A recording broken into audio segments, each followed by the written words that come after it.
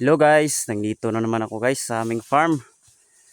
At guys, nagpapastol pala ako dito sa aming kambing. Ayan sila guys. Naghahanap ng makakain. Hirap na ngayon ng guys, mga damo. Tingnan nyo guys oh. Nagsisipatayan na silang lahat dahil sa sobrang init ng panahon. Sana nga umulan guys. Kasi kailangan ng dahil paubos ng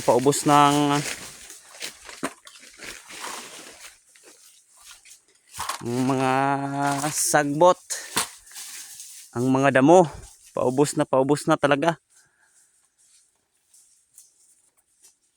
Ayan sila lahat guys. Ang doon ang iba. Crisis rin sa mga hayop guys dahil walang mga damo. Ganyan talaga. Part yan ng guys. Part yan ng pag-aalaga natin guys. Parang uulan guys oh. Itim yung langit. Sana nga umulan.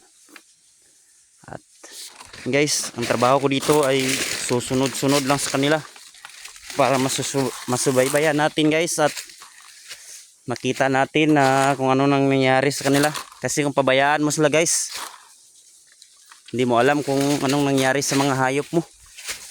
Kailangan talaga ma-supervise at mabantayan sila guys. Ayan sila guys. Almost malapit silang mag 30 heads. Kasali yung mga maliliit. Simple lang guys ang pag-alaga nito guys. Yan, kagaya ko. Hindi man ako nahihirapan. Masaya nga ako dito guys sa aking trabaho. Ang tips ko pala guys, kung pa-farm kayo at mag-alaga ng ganitong mga hayop, dapat maging masaya lang tayo guys. Maging masipag. Kailangan kasi ito guys, masipag ka sa pag-alaga ng mga ganitong hayop guys. Sipag ang puhunan. Tiyaga. Pag may tiyaga, may nilaga. Ayan sila guys. Malayo na ang kanilang narating. Kahit saan lang sa pumunta, makahanap lang ng pagkain guys. Kaya't samahan nyo ako dito guys sa aking adventure. Para na kasi itong adventure. Tingnan nyo guys. Kahit saan lang sila nakarating. Sinusundan ko lang sila guys. Kasi alam nyo, minsan guys ay merong naiiwan. Merong na iba ang daan. At kailangan nating masusubaybayan yan sila. At guys, sana suportahan nyo ang aking vlog, FG Farm Daily Vlog.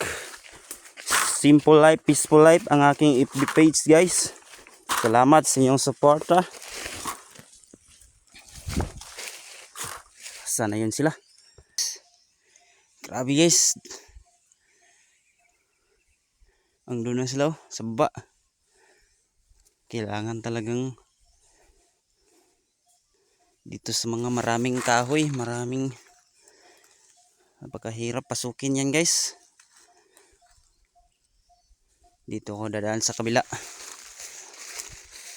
Ito guys, sobrang tirik ito guys, sobrang gilid. Shout out pala ako sa aking mama na sa abroad, Singapore. Mang Bibs Miklat, shout out sa iyo.